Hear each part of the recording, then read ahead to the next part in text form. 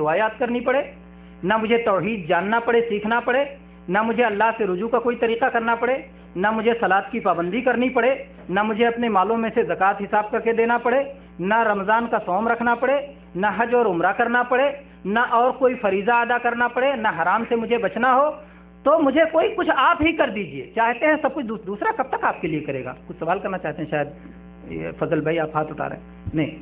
تو یہ ہماری حالت ہو گئی ہے کہ ہم خود کچھ نہیں کرنا چاہتے ہیں کہ ہماری طرف سے کوئی اور کر دے۔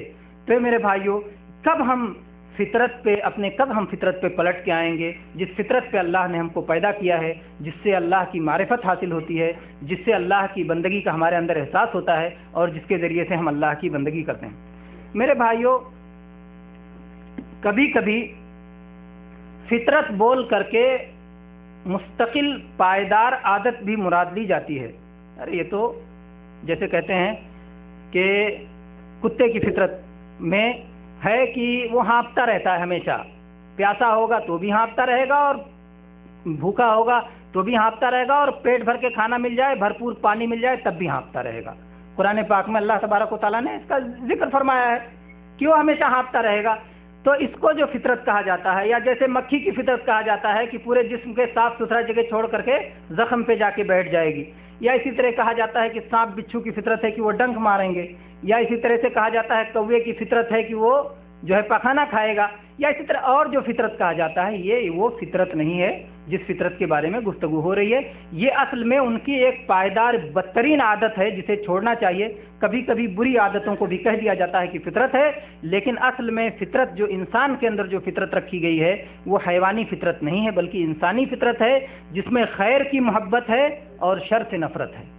انسانی فطرت وہی ہے جس میں خیر سے محبت ہے اور شر سے نفرت ہے۔ جب آدمی اپنی اس عادت کو بگاڑ لیتا ہے تو کبھی کبھی حیوانات جیسا ہو جاتا ہے، جیسا کہ قرآن پاک میں اللہ تبارک و تعالیٰ نے انسانوں کے لیے بہت سارے حیوانات کی مثال دی ہے۔ بہرحال اس میں جائے بغیر ہم آگے بڑھتے ہیں اور فطرت کے تعلق سے کچھ اور باتیں رکھتے ہیں۔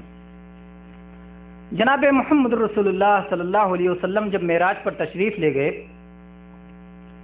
تو آپ کی ضیافت کے لیے اللہ تبارک و تعالیٰ کی جانب سے 2 برتن پیش کیے گئے، 2 گلاس پیش کیے گئے۔ ایک گلاس میں دودھ رکھا ہوا تھا اور ایک گلاس میں شراب رکھا ہوا تھا۔ اللہ کے نبی کریم صلی اللہ علیہ وسلم سے کہا کہ آپ جو چاہیے لے لیجئے، ضیافت کے لیے دونوں چیزیں حاضر ہیں، آپ جو چاہیے لے لیجئے۔ اللہ کے نبی صلی اللہ علیہ وسلم نے کیا اختیار کیا؟ دودھ اختیار کیا۔ جبریل علیہ السلام نے کہا الحمدللہ۔ اپنے بھائی کو اگر کوئی بھلائی ملے تو ہمیں کیا کہنا چاہیے؟ الحمدللہ۔ اللہ کے نبی صلی اللہ علیہ وسلم نے کو کہا کہ الحمدللہ آپ نے فطرت کو اختیار کیا، الحمدللہ اللہ نے آپ کو فطرت کی رہنمائی کی، فطرت کو اختیار کر لیا۔ فطرت سے متعلق اگر اس حدیث میں ہم غور کرتے ہیں تو کئی باتیں اس سے معلوم ہوتی ہیں۔ ایک بات تو اس حدیث سے یہ معلوم ہوتی ہے کہ ہر انسان کے اندر اللہ تبارک و تعالیٰ نے بعض باتیں ایسی رکھی ہیں کہ فطری طور پر انسان اسے پسند کرتا ہے، فطری طور پر انسان اسے چاہتا ہے اور اسے پسند کرتا ہے۔ تو گویا یہ ایک جبلت ہے یا ایک خلقت ہے یا ایک فطرت ہے جس پر اللہ تعالیٰ نے انسان کو پیدا کیا ہے، جو صفات اللہ تبارک و تعالیٰ نے انسان کے اندر رکھی ہیں۔ اور یہ آپ جان لیں دوسری بات کہ جتنی بھی آسمانی شریعتیں آئی ہیں نوح علیہ السلام سے لے کر، نوح علیہ السلام پہلے رسول ہیں، نوح علیہ السلام سے لے کر محمد صلی اللہ علیہ وسلم تک ساری شریعتیں یہ فطرت کے موافق ہیں۔ یہ فطرت کو کچلتی نہیں ہیں بلکہ فطرت کو جو ہے ابھارتی ہیں اور فطرت کو ترقی دیتی ہیں اور فطرت پر جو ہے انسانوں کو لے کے آتی ہیں۔ اگر کسی کا فطرت کوئی ہٹ گیا ہے، فطرت سے منحرف ہو گیا ہے تو اسے کھینچ کر فطرت پہ لاتی ہیں۔ اسی لیے اس حدیث میں گویا فطرت کی طرف رہنمائی کا جو ہے جو مثال دی گئی ہے وہ دودھ ایک طرح سے مثال بتائی گئی ہے کہ یہ فطرت کی مثال ہے۔ اگر کوئی فطرت پہ قائم رہے، دودھ اور شراب 2 چیزوں کو مقابلہ رکھ کر کے مثال کے طور پر سمجھایا گیا ہے کہ دودھ کا اختیار کرنا ایک طرح سے فطرت ہے، کیونکہ دودھ میں غذائیت بھی ہے، دودھ پانی کا بھی کام دیتا ہے اور کھانے کا بھی کام دیتا ہے، دودھ سے انسان کو آسودگی بھی مل جاتی ہے، دودھ پیدا ہوتے سب سے پہلی غذا جو انسان کو ملتی ہے وہ بھی دودھ ہی ہے، اور دودھ انسان کے لیے ہر طرح سے مناسب ہے، اور دودھ پی کر کے آدمی باقی ساری غذاؤں سے بے نیاز بھی رہ سکتا ہے۔ یعنی اگر صرف آپ دودھ پیتے ہیں دوسری چیزوں کی ضرورت بھی آپ کو نہیں پڑنے والی ہے۔ تو یہ گویا ایک فطرت کی مثال دی گئی کہ اگر آپ فطرت پہ قائم ہیں تو آپ کو فطرت کے علاوہ جانے کی ضرورت نہیں ہے۔ اس کے مقابلے میں شراب کی مثال دی گئی کہ اگر کوئی شراب اٹھا لیتا ہے، اختیار دیا گیا اس وقت اللہ کے نبی کو کہ یہ لے لو چاہے لے لو، جیسے اللہ تبارک و تعالیٰ نے دونوں راستے کھول دیے ہیں اس دنیا میں، چاہے آپ برائی کا راستہ اپناؤ چاہے آپ اچھائی کا راستہ اپناؤ، دونوں راستے اللہ تبارک و تعالیٰ نے کھول دیے ہیں۔ لیکن اگر کوئی اچھائی کا راستہ اپناتا ہے تو ظاہر بات ہے اس کی مثال یہ ہے کہ اس نے دودھ کو اختیار کر لیا، اور اگر کسی نے برائی کے راستے کو اپنایا تو گویا اس نے شراب کو اختیار کر لیا، جو فطرت کے خلاف ہے، جو انسان کے عقل کا بھی تیا پانچا کر دیتی ہے، عقل کو گم کر دیتی ہے، اسی طرح سے اس کی تندرستی کو بھی ختم کر دیتی ہے، اس کے دین پر بھی حملہ کرتی ہے اور اس کا مال بھی لوٹتی ہے۔ تو شراب میں آدمی کی عقل بھی جاتی ہے، مال بھی جاتا ہے، دین بھی جاتا ہے اور صحت اور عافیت بھی جاتی ہے۔ آئیے دیکھتے ہیں انسانی فطرت میں کچھ چیزیں داخل ہیں، کیا کیا چیزیں انسانی فطرت میں ہیں جس کو ہم اور آپ سمجھتے ہیں، اور پھر دیکھتے ہیں کہ ہماری شریعت میں، اسلام میں ان فطرت کی چیزوں کا کیسے کیسے لحاظ رکھا گیا ہے۔ ہر انسان کو زندگی محبوب ہے، یہ انسان کی فطرت میں ہے۔ انسان زندہ رہنا چاہتا ہے، انسان باقی رہنا چاہتا ہے، حتیٰ کہ ایک چھوٹا سا بچہ جسے زیادہ شعور نہیں ہوتا، جسے تمیز نہیں ہوتی، وہ بھی زندہ رہنا چاہتا ہے۔ اگر اسے آپ موت کا ڈر دلائیں یا کسی اونچی جگہ پہ لے جائیں کہ یہاں سے گرا دیں گے، ڈھکیل دیں گے، یا اس طرح اور بھی جس کے ذریعے سے اس کو موت کا ڈر ہو، تو وہ بھی کانپ جاتا ہے، وہ بھی رونے لگتا ہے، وہ بھی گھبرا جاتا ہے۔ اور تو بڑے تو موت کی ناپسندگی اور زندگی کی محبت کو بہت اچھی طرح جانتے ہیں۔ تو اس طرح سے یہ ایک انسان کی فطرت میں سے ہے زندگی کی محبت۔ اسی طرح سے انسان کی فطرت میں سے ہے بندگی، یعنی انسان یہ کہے کہ میں نے اپنے آپ کو پیدا کر لیا ہے اور میں کسی اور کے آگے نہیں جھکوں گا، میرے سامنے لوگوں کو جھکنا چاہیے، تو یہ فطرت سے انحراف ہے۔ فطرت یہ ہے کہ انسان جھکنا چاہتا ہے، اگر صحیح جگہ اسے جھکنے کے لیے نہیں ملا تو غلط جگہ جھکے گا۔ صحیح جگہ اگر جھکنے کے لیے نہیں ملا، جو لوگ صحیح اللہ تعالیٰ کو نہیں پہچانتے ہیں وہ جا کر کے غلط جگہوں پہ جھکتے ہیں۔ کوئی پتھروں کے سامنے جھکتا ہے، کوئی درختوں کے سامنے جھکتا ہے، کوئی جانوروں کے سامنے جھکتا ہے، کوئی سانپ اور بچھو کے سامنے جھکتا ہے، کوئی سورج اور چاند جو کائنات کے بڑے بڑے مخلوق ہیں ان کے سامنے اپنا سر ٹیک دیتا ہے، اور اسی طرح سے انسانوں میں کوئی اپنے جیسے انسانوں کے سامنے جا کے جھک جاتا ہے کیونکہ اسے صحیح اللہ کا پتہ نہیں ہے۔ اسی لیے شرک کو کیا کہا گیا ہے؟ ظلم۔ ظلم کیا ہے؟ حقدار کو اس کا حق نہ ملے دوسرے کو دے دیا جائے، یہ ظلم ہے۔ جس جگہ جو چیز ہونا چاہیے وہاں نہ رہ کر کے کسی اور جگہ رہ لیا جائے۔ ٹوپی سر میں پہننے کے بجائے کوئی پیر میں پہننے لگے تو کہیں گے ظلم کر رہا ہے۔ موزہ پیر میں پہننے کے بجائے اگر کوئی سر میں پہننے لگے تو کہیں گے ظلم کر رہا ہے۔ تو یہی ظلم ہے کہ عبادت، عبودیت جو ہماری فطرت میں ہے، بندگی جو ہماری فطرت میں ہے، جب اسے اپنی اصلی جگہ پر دیتے ہیں، یعنی اللہ کے لیے اپنی بندگی کرتے ہیں، اللہ کے سامنے جھکتے ہیں، اللہ سے روتے ہیں، اللہ سے گڑ گڑاتے ہیں، اللہ کے سامنے اپنی عاجزی کا اعتراف کرتے ہیں، تو یہ اپنی اصلی جگہ پر ہے۔ یہ ظلم نہیں ہے، یہ عدل ہے۔ اور جب یہی اس جگہ سے ہٹ کر کے کسی اور جگہ ہو جاتا ہے، اللہ سے ڈرنے کے بجائے دوسروں سے اللہ جیسے ڈرتے ہیں، اللہ سے محبت کرنے کے بجائے دوسروں سے اللہ جیسی محبت کرتے ہیں، اللہ پر توکل کرنے کے بجائے دوسروں پر توکل کرتے ہیں، اللہ سے مدد مانگنے کے بجائے دوسروں سے مدد مانگتے ہیں، اللہ سے فریاد کرنے اور دہائی دینے کے بجائے دوسروں سے فریاد کرتے ہیں اور دہائی دیتے ہیں، تو یہی ہو جاتا ہے شرک کی عدل۔ حق جس چیز کو جس جگہ پہنچنا چاہیے وہاں نہیں پہنچی بلکہ دوسری جگہ اسے بھیج دی گئی، تو یہ ہو جاتی ہے فطرت سے انحراف۔ عبودیت انسان کی فطرت میں ہے لیکن وہ عبودیت ایک کے لیے ہونا چاہیے، وہی انحراف ہو جاتا ہے۔ اسی طرح سے وطن کی محبت یہ انسان کی فطرت میں ہے۔ انسان جہاں پیدا ہوا ہے، جہاں پلا بڑھا ہے، جہاں اس کی پرورش ہوئی ہے، اس سے وہ محبت کرتا ہے۔ آپ کو اپنا گھر یاد آتا ہوگا، اپنے گھر کے آس پاس کے کھیت یاد آتے ہوں گے، باغ یاد آتے ہوں گے، جو ہے راستے یاد آتے ہوں گے، یہ ساری چیزوں کی محبت آپ کے دل میں بیٹھی ہوئی ہے، یہ بھی انسان کی فطرت میں سے ہے۔ اسی طرح سے انسان کی فطرت میں سے ہے پردہ پوشی۔ آدمی اپنی چیزوں کو چھپانا چاہتا ہے، پردہ کرنا چاہتا ہے، خاص طور پہ جو شرم کی جگہیں ہیں ان کو اور زیادہ چھپانا چاہتا ہے۔ جیسا کہ اللہ تبارک و تعالیٰ نے آدم علیہ السلام کو اور ان کی بیوی حوا علیہ السلام کو جب رکھا جنت میں، اور جب انہوں نے غلطی کر دی، اللہ نے کہا تھا اس درخت کے قریب نہیں جانا، وہ چلے گئے اور انہوں نے پھل کھا لیا، تو اللہ تبارک و تعالیٰ نے کیا سزا دی؟ جنت کا لباس چھین لیا۔ تو پہلا کام کیا کیا جو اللہ نے ذکر کیا ہے کہ لباس کے چھنتے ہی انہوں نے درخت کے پتے توڑے اور شرمگاہیں آگے پیچھے چھپانے لگے۔ فتفقا یخصفان علیہما من ورق الجنہ، تو گویا یہ بھی انسان کی فطرت میں ہے۔ آج جو یورپ میں جو ننگا پن ہے، جو بے حیائی ہے، جو فحاشی ہے، یہ فطرت سے کھلا انحراف ہے، کھلا انحراف ہے۔ اس لیے جو بہت سارے لوگ جو کہ اس ننگا پن کو پھیلاتے ہیں، چاہے وہ مرد ہوں یا عورتیں ہوں جو اس ننگا پن کو پھیلاتی ہیں، وہ ایک ایسا وقت آتا ہے کہ وہ خود شرمندگی محسوس کرتی ہیں، بھلے دنیا کے سامنے، چاہے وہ پیسہ کے لیے، چاہے وہ ناموری کے لیے، چاہے وہ کسی اور وجہ سے وہ اس کو نہ کہتی ہوں، لیکن بہت ساری جگہوں پر وہ کہتی ہیں کہ یہ جو کچھ ہم کر رہے ہیں بہرحال یہ ہماری فطرت سے میل نہیں کھاتا۔ ہم ڈائریکٹر کے کہنے پر، ہدایت کار کے کہنے پر ہم مسکراتے ہیں، لیکن ہمارے دل میں مسکراہٹ نہیں ہوتی، بلکہ ہمارے دل میں کیا ہوتا ہے؟ غم ہوتا ہے، ہمارے دل میں غم ہوتا ہے، اور یہ مسکراہٹ بناوٹی مسکراہٹ ہوتی ہے۔ تو بہت ساری مسکراہٹیں جو آدمی دیکھتا ہے وہ حقیقی نہیں ہوتی بلکہ بناوٹی ہوتی ہیں، کیونکہ حقیقت جو فطرت سے انحراف ہے، اور فطرت سے جہاں بھی انحراف ہوگا وہاں کبھی سکون نہیں آئے گا، کبھی چین نہیں آئے گا، کیونکہ سکون اور چین تو اسی فطرت کو اپنانے سے ہوگا جس فطرت کے خالق نے جس فطرت کا قانون دیا ہے۔ اسی طرح سے میرے بھائیوں،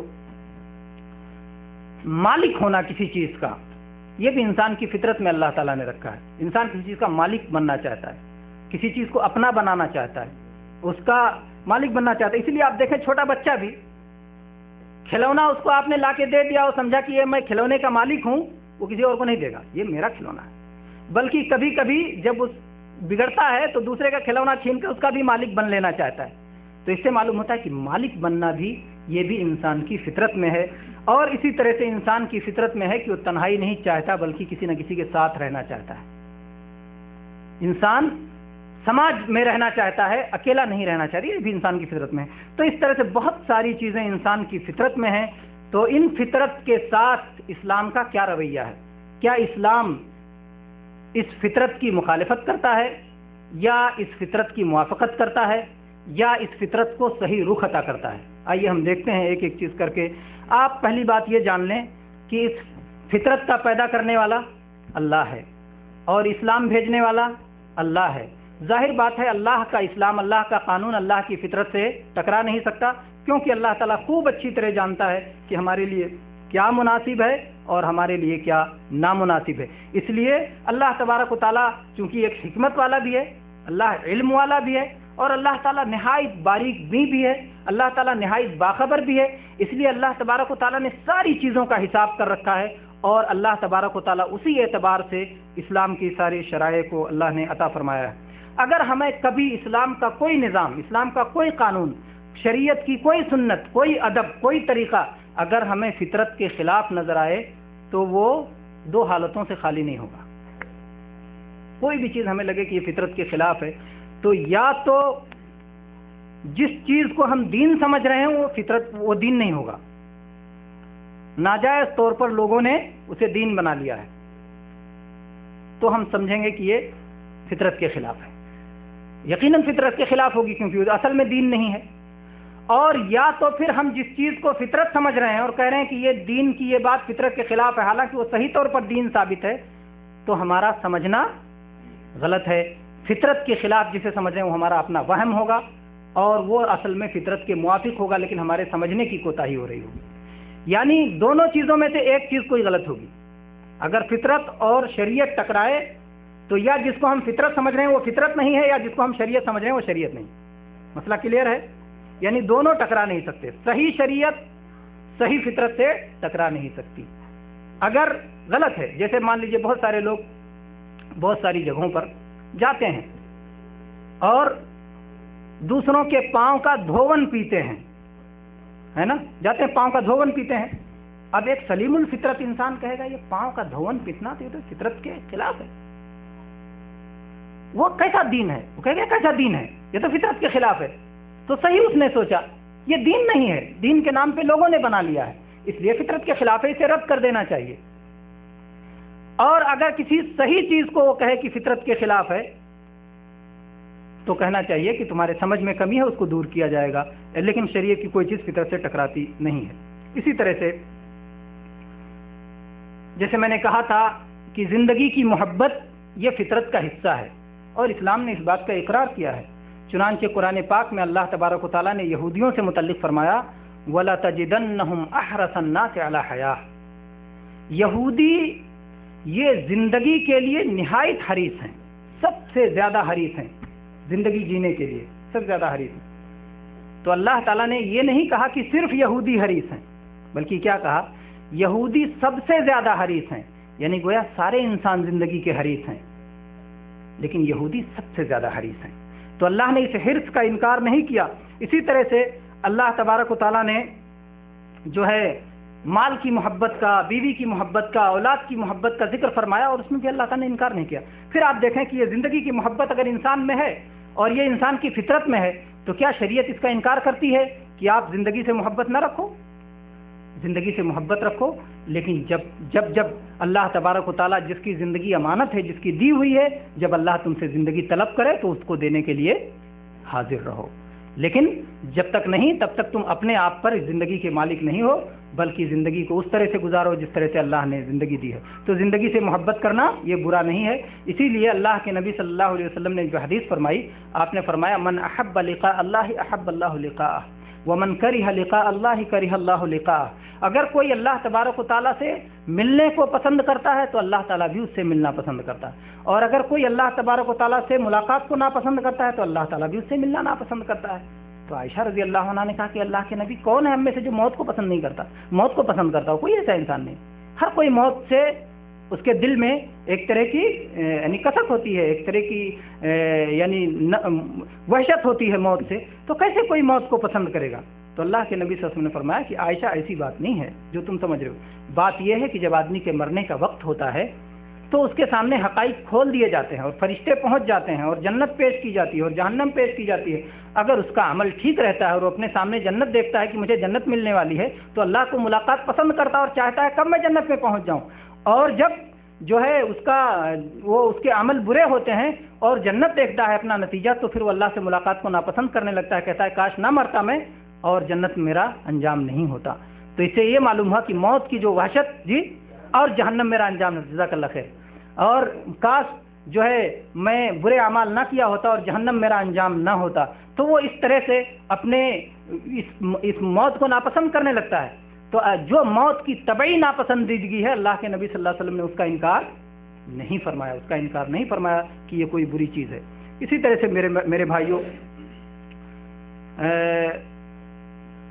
عورتوں کی محبت ہی انسان کی فطرت میں رکھی گئی ہے. اللہ تبارک تعالیٰ نے فرمایا زُيِّنَ لِلنَّاسِ حُبُّ الشَّهَوَاتِ مِنَ النِّسَاءِ وَالْبَنِينَ وَالْقَنَاطِيرِ الْمُقَنطَرَةِ مِنَ الذَّهَبِ وَالْفِضَّةِ وَالْخَيْلِ الْمُسَوَّمَةِ وَالْأَنْعَامِ وَالْحَرْثِ ذَلِكَ مَتَاعُ الْحَيَاةِ الدُّنْيَا. بہرحال اللہ تبارک تعالیٰ نے کہا کہ انسان کے لیے خواہشات کی محبت خوشنما بنا دی گئی ہے، مزین کر دی گئی ہے.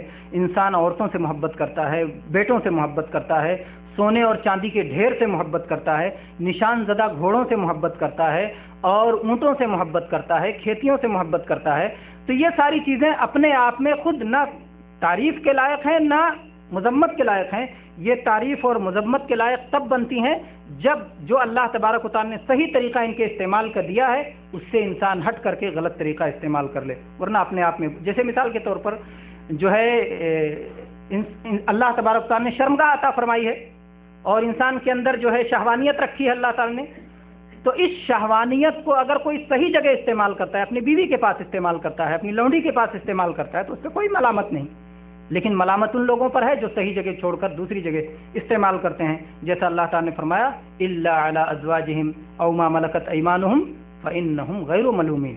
جو لوگ اپنی شہوت کو، اپنی خواہشات نفس کو اپنی بیویوں کے پاس استعمال کرتے ہیں یا اپنی لونڈیوں کے پاس استعمال کرتے ہیں تو ان پہ کوئی ملامت نہیں ہے. بہت سارے لوگ یہ سمجھتے ہیں اور بہت سارے مذاہب بھی اس پر بن گئے ہیں کہ وہ سمجھتے ہیں کہ بلندی کا معیار یہ ہے کہ انسان شادی ہی نہ کرے. اس لیے بہت ساری قوموں میں جو سادھو بن جاتے ہیں یا اسی طرح سے یا وہ اپنی شرمگاہ کو کٹوا لیتے ہیں، اگر مرد ہیں تو ذکر کٹوا دیتے ہیں، یا اسی طرح سے عورتیں ہیں وہ بن جاتی ہیں راہبات بن جاتی ہیں اور وہ کبھی شادی نہیں کرتی. یہ فطرت کی خلاف ورزی ہے. فطرت کی موافقت یہ ہے جو انبیاء کا طریقہ تھا، جو رسولوں کا طریقہ تھا. وہ شادیاں کرتے تھے، ان کی اولاد ہوتی تھی، لیکن وہ زنا کے لیے وہ داشتائیں نہیں ڈھونڈتے تھے. وہ جو باہر لوگ جا کر کے اپنی صحیح جگہ سے ہٹ کر کے دوسری جگہ جا کر کے وہ اپنی خواہشات پوری کرنے کے لیے دوسرے راستے نہیں ڈھونڈتے تھے. تو یہ جو ہے اللہ تبارک و تعالیٰ نے یہ رکھا ہے. اور چنانچہ اللہ تبارک و تعالیٰ میاں بیوی کے درمیان وہ محبت پیدا کر دیتا ہے کہ جس کا آدمی سوچ بھی نہیں سکتا کہ اس میں کس طرح سے یہ محبت آ جاتی ہے. اور اسی طرح سے میرے بھائیوں، اور اس کو اللہ تعالیٰ نے ایک اپنی نشانی قرار دیا ہے. وَمِنْ آيَاتِهِ أَنْ خَلَقَ لَكُم مِّنْ أَنفُسِكُمْ أَزْوَاجًا لِتَسْكُنُوا إِلَيْهَا وَجَعَلَ بَيْنَكُم مَّوَدَّةً وَرَحْمَةً. اللہ کی نشانیوں میں سے ہے کہ اللہ تبارک و تعالیٰ نے تمہارے اپنے میں سے تمہارے جوڑے بنائے تاکہ تم ان سے سکون حاصل کرو، اور اللہ تبارک و تعالیٰ نے تمہارے دلوں میں مودت و محبت رکھ دی اور رحمت رکھ دی۔ اسی طرح سے میرے بھائیوں، مال، انسان مالک بننا چاہتا ہے۔ میں نے بتایا کہ انسان کی فطرت میں ہے مال کا مالک بننا، اور ہر کوئی مال کا مالک بننا چاہتا ہے۔ اس معاملے میں بھی اسلام مخالفت نہیں کرتا، بلکہ ایک حد متعین کر دیتا ہے۔ اللہ تبارک و تعالیٰ نے فرمایا وَأَحَلَّ اللَّهُ الْبَيْعَ وَحَرَّمَ الرِّبَا، اللہ تعالیٰ نے خرید و فروخت کو حلال قرار دیا اور سود کو حرام قرار دیا۔ تو اللہ تبارک و تعالیٰ نے بتایا کہ تم کمانا چاہتے ہو، تم مال جمع کرنا چاہتے ہو، لیکن ایک حلال راستہ ہے اور ایک حرام راستہ ہے۔ حلال راستے سے کماؤ، کوئی ممانعت نہیں ہے، البتہ حرام کے قریب نہ جاؤ۔ حلال راستوں کی طرف ایک اشارہ کر دیا البیع کہہ کر کے، خرید و فروخت، اور حرام راستوں کی طرف الربا کہہ کر کے کہ جو سب سے سخت منع ہے۔ اس سے پہلے بھی بہت ساری منع چیزیں ہیں، لیکن جو سب سے سخت منع ہے اللہ نے اس کو بتا دیا کہ یہ سب سے سخت منع ہے، اور اس کے ذریعے سے حرام راستوں کی طرف نہ جاؤ۔ اسی طرح سے میرے بھائیوں، اللہ تبارک و تعالیٰ نے ساری چیزوں کو منظم کیا، مرتب کیا، اور فطرت کو کبھی کچلنے کی دعوت نہیں دی۔ مثلا ایک نوجوان ہے اور اس میں خواہشات نفس ہیں، اور اس کو شادی کرنے کی بھی طاقت نہیں۔ آپ کہیں گے کہ شادی کرنے کی جس کو طاقت ہے تو ٹھیک ہے، وہ شادی کر لے اور اپنی خواہشات کو پوری کرے، لیکن ایک نوجوان ہے اور اس کے پاس شادی کرنے کی طاقت نہیں ہے، تو وہ کیا کرے؟ تو اس سے بھی یہ نہیں کہا گیا ہے کہ خسی ہو جاؤ، بلکہ اس سے کہا گیا ہے کہ اگر طاقت ہو تو شادی کر لو،